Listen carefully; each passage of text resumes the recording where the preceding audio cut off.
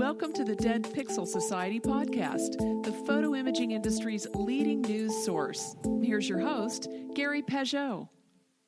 The Dead Pixel Society podcast is brought to you by Media Clip, Advertech Printing, and Independent Photo Imagers. Hello again and welcome to the Dead Pixel Society podcast. I'm your host, Gary Peugeot, and today we're joined by John Horn, who's coming to us from Texas. And John is the CEO of a company called StubGroup that is a digital advertising agency and premier Google partner. And he's going to help us get our Google ads in shape. Hey, John, how are you today? Gary, doing fantastic. Pleasure to be here. When I talk to people for the podcast who aren't from the industry and they're kind of talking about either marketing or SEO or Google ads or things like that, they often have different interpretations or different definitions of kind of what those things are. So what does StubGroup do when it means things like Google ads and things like that? Yeah, so Google, let's kind of break things down. Google obviously is best known as a search engine, and most of what we talk about will be on the search engine side of things, although they also own YouTube. They show ads across the web through their display network, etc. But on the search side of things, that's what people usually think of as Google. And so within the search side of things, there's really two very separate disciplines. You have what they call SEO or search engine optimization. That's the organic side of things. So that's the quote unquote free traffic. So when someone goes on Google, they see, just a normal listing on your website and they click on that and there's no expense related to that to you as the website. That is organic results. And the way you get there is, by a whole host of different things, but basically trying to prove to Google that you're a relevant domain that people are going to find useful and your content is useful, etc. Then the other side of that is the paid side of things. And that is where StubGroup specializes. And Google, they call it Google Ads. And this is what you'll generally see at the top of the page when you search on Google. You'll usually see a couple text ads up at the top of the page. And sometimes you'll see image ads as well if you're searching for a product that you might purchase online. And so our focus is on using that space, which again, it's the top of the page. So that's where a lot of people, when they search for something, they see a solution there and click through without even getting to those organic results. And our goal is to help our clients run ads there, do it cost effectively, and make a lot more money than they are spending to Google for those placements. Which has always been the challenge, right? When I talk to a lot of retailers, specifically a lot of the retailers in the hard goods space seem to be the folks who are really interested in trying to drive traffic because they want people to get to their store to buy, whatever accessory, camera lens or body or whatnot. When someone is in that space where it's a hard good, not a service, and maybe they want to send them to like an Amazon store or something like that, what is the biggest mistake up front that they tend to do? Yeah, I'd say the biggest mistake, probably unrealistic expectations just about how it's going to work. A lot of people think, it's going to be a magic bullet. I'm going to have incredibly high return on ad spend, just throw a few dollars and, the orders will just pour in. It used to be like that, a decade ago in Google ad space when it was still the wild, wild west and most people weren't on there. But nowadays it's very competitive. And so you need to be very, very strategic and tactical about how you run campaigns, which products you're advertising, the messaging that you're communicating about those products, et cetera, in order to get good ROAS, good return on ad spend. And so ideally, you want to work with somebody either in-house or an agency like StubGroup, someone who can help set expectations and say, you know what, this type of stuff over here, it's so expensive and your margins are X, we probably shouldn't even go after it because we don't see a way for you to make money. Whereas, hey, over here, maybe these products are doing really well. You've got some good margin. We see opportunity here. Let's focus your ad dollars there. Now, when you say expense, what you're talking about is basically your bidding. So talk a little bit about kind of the basics of bidding on keywords. Absolutely. So the model, the way that advertisers pay Google is called pay per click. So essentially you are charged by Google every time someone clicks on one of your ads.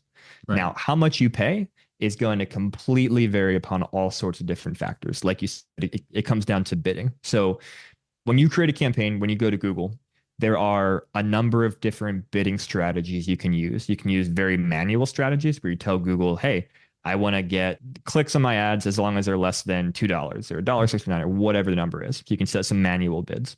You can use automated bidding strategies where you give Google goals and you say, hey, I'm trying to hit a return on ad spend of X%. And you're seeing my data, my order data, how people are converting on my website. So they'll let the system make decisions about, hey, this search is more likely to convert. We'll bid more aggressively for this click. This click over here, probably not going to convert. We'll bid less aggressively, etc. Sure.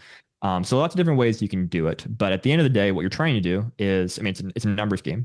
You have your conversion rate. So what percentage of people who are clicking on your ads are converting.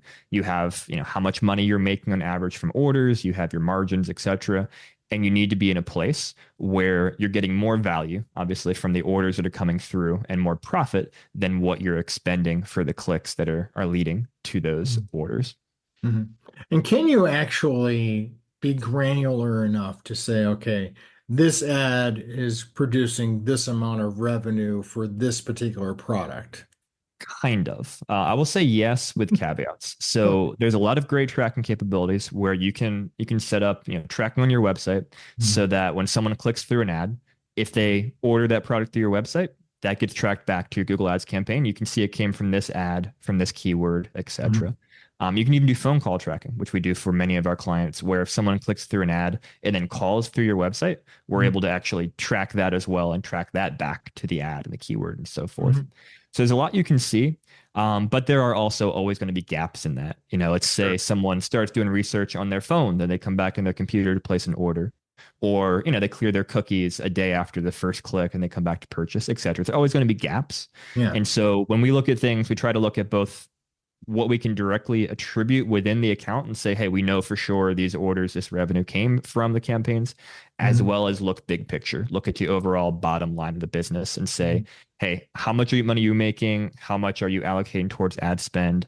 And how is that changing over time? Are we seeing revenue go up as you spend more money or not, which means you're just being less efficient? And so you got to try and look at both the small and the big picture to really, to have the best results possible. Now you always hear the rumors, back channel stuff that, your Google ads and your organic search are completely separate. Your ad spend really doesn't affect your search results. Is that actually the case? What I'll say there, because that's a very common question. Like you said, I've talked about it a lot with SEO people as well and paid people. I've never seen any proof that there is a correlation between the paid side of things and the organic side of things. I can't say there isn't because Google is Google. But I can't. I haven't drawn specific correlations. It's kind of a magic box. No one really knows what goes on in there, right? Exactly. I mean, publish the algorithm or other things, so you don't really know. So let's talk about some things that in an independent retailer, let's say you've got 3 or 4 stores, keeping it realistic, right? Which I think is the important thing. I think when people, maybe they've been dabbling in this and they haven't had too much success, and you want to set yourself up for success. So what are some of the 1, 2, or 3 things you think you ought to do just to even position yourself to have success? I would think, for one thing, like tracking, being able to know where orders come from would be number one. Yes. Tracking, number one, super important. Track as much of that customer journey as possible. So you can see how well you're doing, but then also B, you can see what is doing well, because it's the Pareto principle. Not every single thing in your account is going to work as every other single thing. So you want to see, all right, this is wasted ad spend. Let's cut this. Let's move that over here. These keywords, campaigns are working better. Let's spend more money there. So tracking, very, very important. Then I would say thinking through, what are your competitive advantages? Right. So if most of us have competitors, and you want to look and see, where is my advertising dollar going to get the biggest bang for each buck? So if there is a particular line of products that you carry that your competitors don't carry in that area, well, maybe you should emphasize advertising that line of products, because when people see that, they're going to see you're the only game in town. Awesome, you get them. Maybe there's a situation where, I don't know, your competitors are slower than you are at getting orders shipped out, or at, taking, rush orders, whatever. Go ahead and really work that into your messaging and say, hey, same day service or next day shipping or whatever.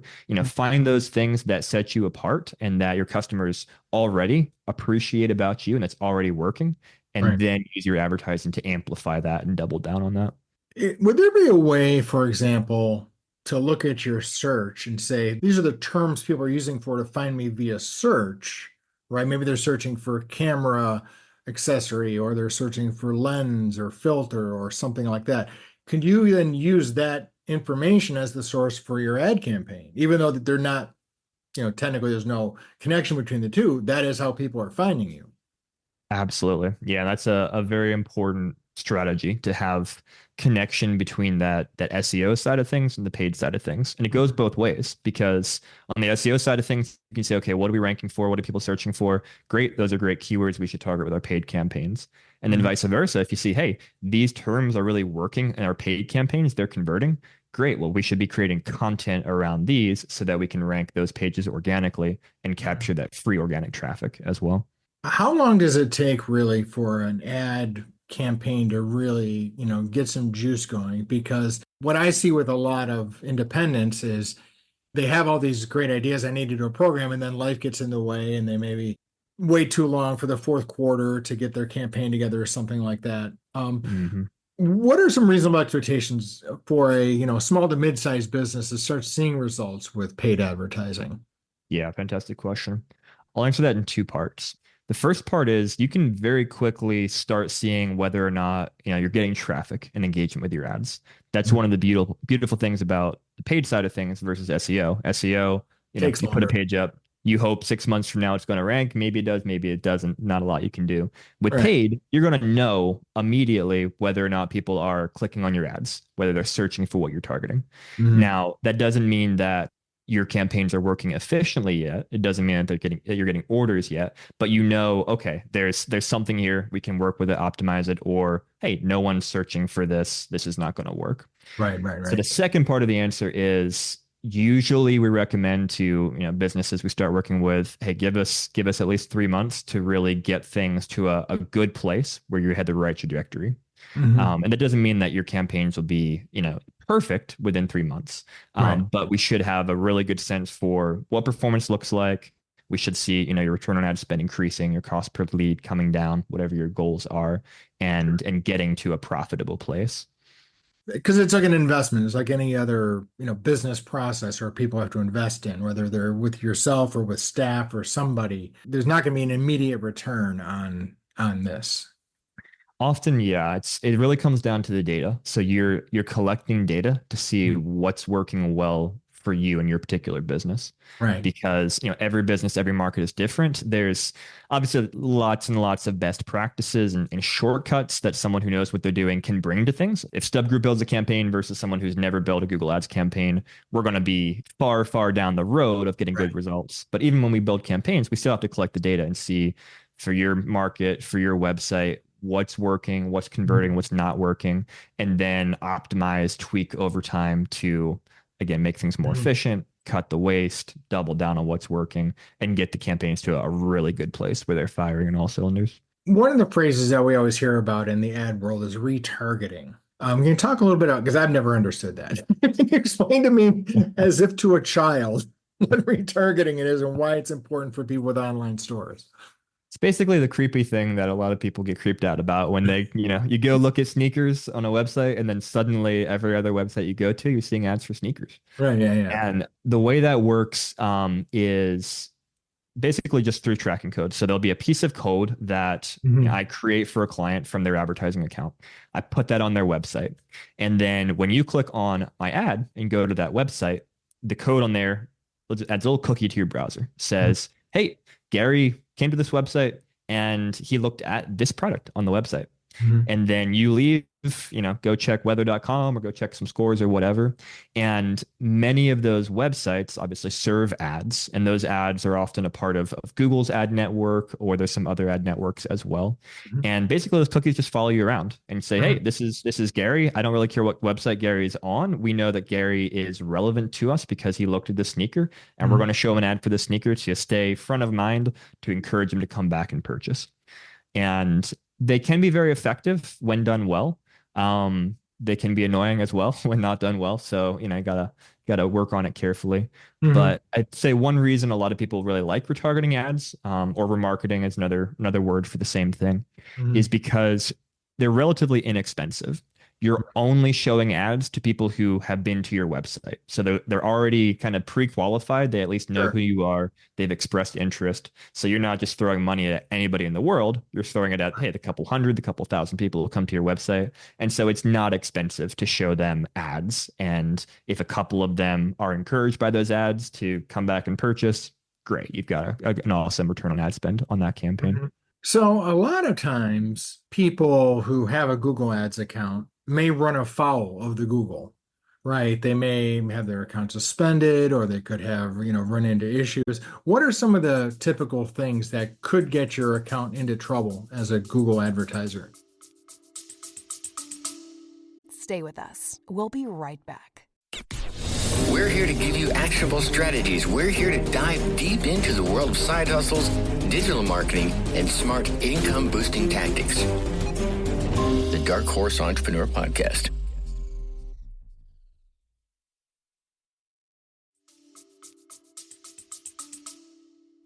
Yeah, we spend a tremendous amount of time helping advertisers with this, to the point where we actually have a whole team devoted to helping advertisers with compliance issues. And we'll have lots of businesses just reach out and hire us for help specifically with that, because Google has lots and lots of policies related to advertising that you have to follow. Their goal is they want to protect the ecosystem. They want, hey, if you go and search on Google, you shouldn't have to worry about clicking on an ad that's got malware in it, or purchasing from a website through an ad that's never going to deliver your product, just takes your money, etc. So Google's trying to prevent all those types of things. They build up tons of policies and tons of both manual and automated checks to see if people are complying with these policies. And they take down a ton of bad actors, which is great. Problem is, they also, as part of that, just because of the volume at which they operate, they take down a lot of legitimate advertisers. And say, hey, you can't advertise anymore. And they don't really tell you what you did wrong. Like, they'll point you to generic policies of, hey, you've got suspicious payments issues, or you've circumvented our systems. And they'll give you, might be 10 examples of things that maybe you did, or it might be something not on this list, and they don't tell you what it is.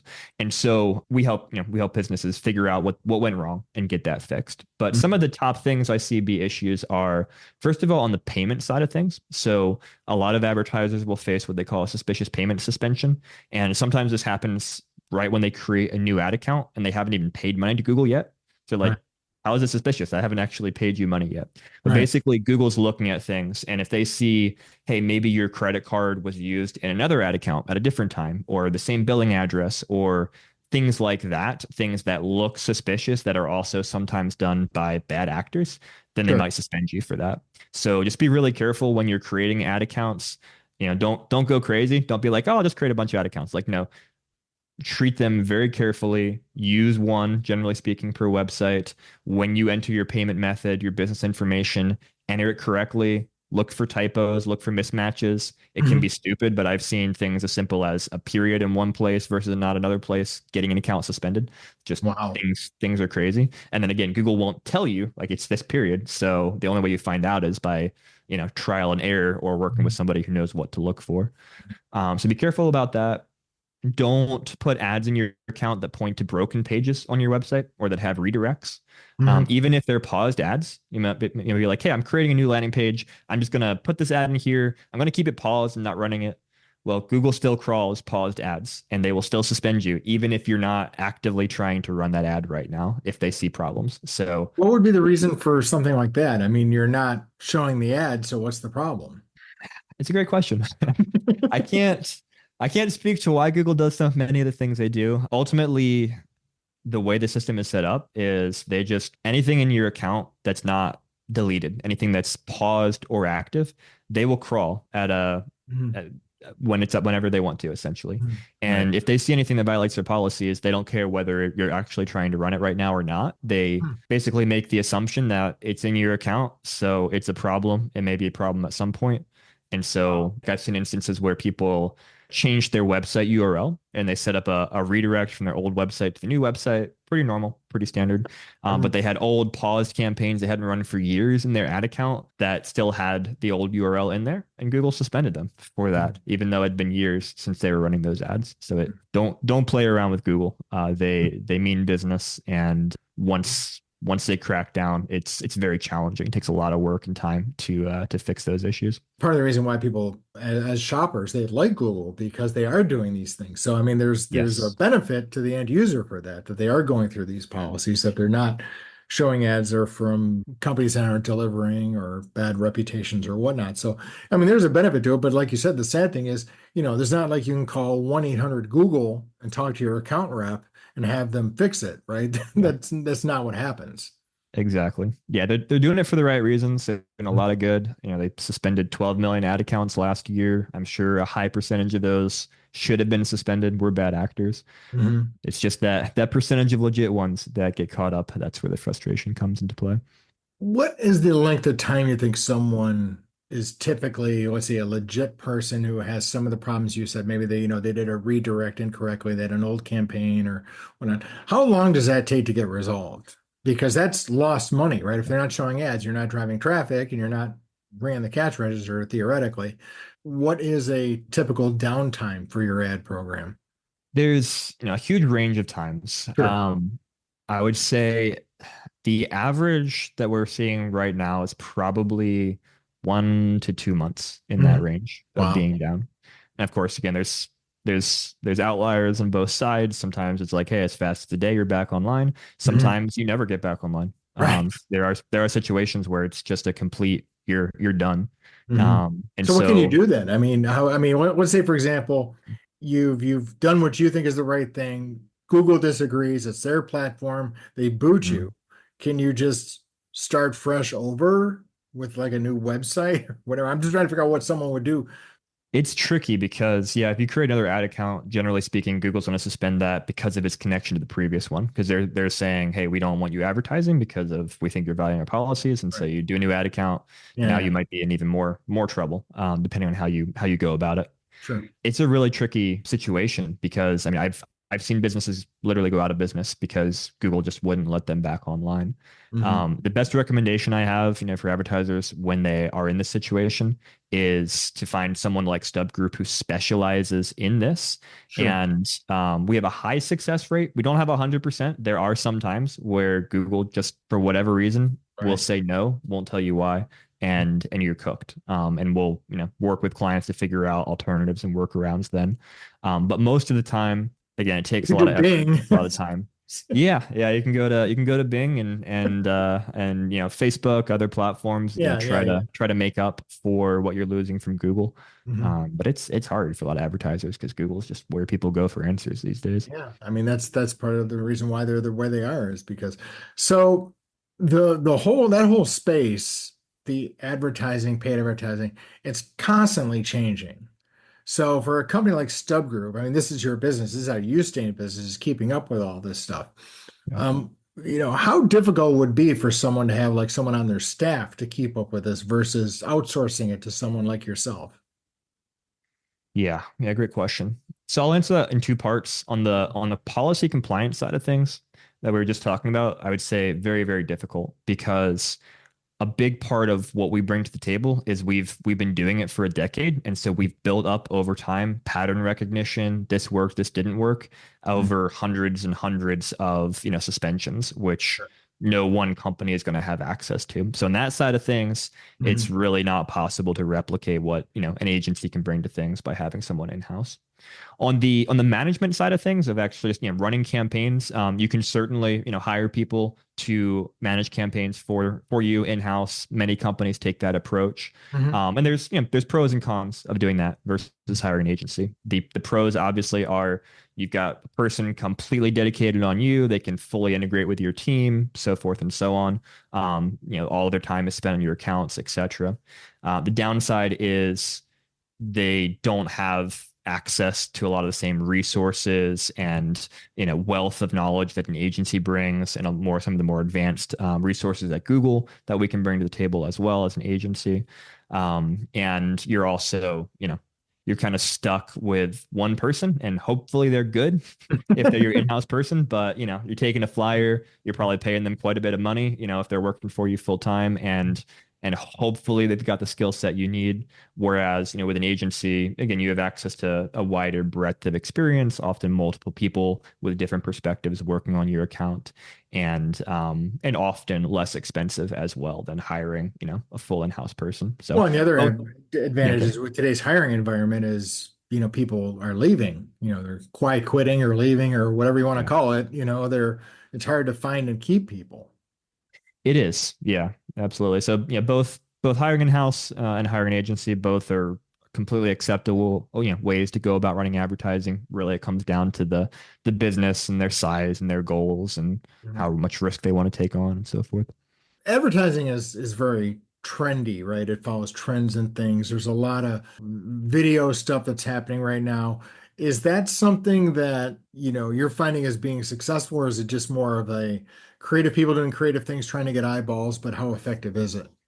Yeah, I would say there's definitely a combination just between foundational basics and then what is changing, what is new, and making sure that we're on top of both things. Right, It can be easy to just chase the shiny objects right. and not say, hey, there's just, things, pillars that need to be done of successful advertising. And sometimes, it's not glamorous, but running text ads on Google, it gets money in the door. So, we shouldn't stop doing it. But at the same time, yes, like you said, advertising is about what's trending, what's changing. It's about changing, behaviors, how people find information, how they choose to make purchases, where they go. YouTube, for example, right now is a massive place where people spend a ton of time. They'll go search for, product unboxings, product reviews, checking out the latest camera and things. And so that might be exactly where you want to be. You might want to have an ad running for your local business Mhm. when someone goes to check out, Nikon's latest camera review, and oh, hey, guess what? You can buy it over here on the corner. Yeah. Those kinds of things, thinking strategically, staying on top of how those behaviors are changing is also really important for successful advertisers. When you're doing YouTube advertising, even though Google owns that, it's Yeah. not the same. There are some differences in terms of the Mhm. dashboard and how you approach it. There are definitely differences in how you approach it. Google does actually let you manage your YouTube campaigns through the same platform and login as your search campaigns on Sure, sure. google.com. So you log into the same place. But yeah, it's definitely very different in that the targeting options are different. You're targeting more audience based, less search based. There is a search component because people do a lot of searches on YouTube as well, and you can see ads come up there. But a lot of it's okay. These are the types of persons that I want to show my ads to, and this is the type of content I want to serve my ads against. So there might be Mhm. specific channels, specific categories, even specific videos, like the product review example, where Sure. you say, "Hey, I for sure want this video ad to show up in stream when someone starts watching this other video." Mhm. And then the other big difference is the direct attribution side of things with YouTube is usually a lot fuzzier than with, let's say, search campaigns, because Mhm. you're higher in the marketing funnel, generally speaking, on YouTube. You're making people aware of you, but they're still watching other content. So most Right. people aren't going to right now, stop watching the review of the camera and click to your website and purchase it, Right. but you're in their mind. And so tomorrow, when they say, all right, I'm going to buy this product, and they search for it and they see your ad come up, oh yeah, these guys are who I want to go with. And Right. so it's kind of more about creating awareness, some direct response, but Mhm. feeding your funnel so that people then will either come to your website directly after the fact or through other channels and then actually make their purchases. There's a lot there. In terms of having to manage all this. Where does someone go for more information about StubGroup? Maybe check out, you've got a lot of videos on YouTube yourself talking about this stuff. So can you talk about like where you can go for more information? Absolutely. Yeah, two places, like you said, YouTube. We put out a lot of free content on there. So just search StubGroup on YouTube, find our channel. Lots of good info that hopefully you find helpful if you're watching this or listening to this. And also stubgroup.com/free. We've got some free resources on there you can download, tips for running successful campaigns, tips for staying compliant with Google that will hopefully put you in a safer position as you get into this game. Well, great, John. It was great talking to you. I've learned a lot. That's which is always a good sign. And I appreciate your time and your expertise. Thank you so much. Absolutely, Gary. Thank you so much for having me. Thank you for listening to the Dead Pixel Society podcast. Read more great stories and sign up for the newsletter at www.thedeadpixel.com. thedeadpixelssociety.com.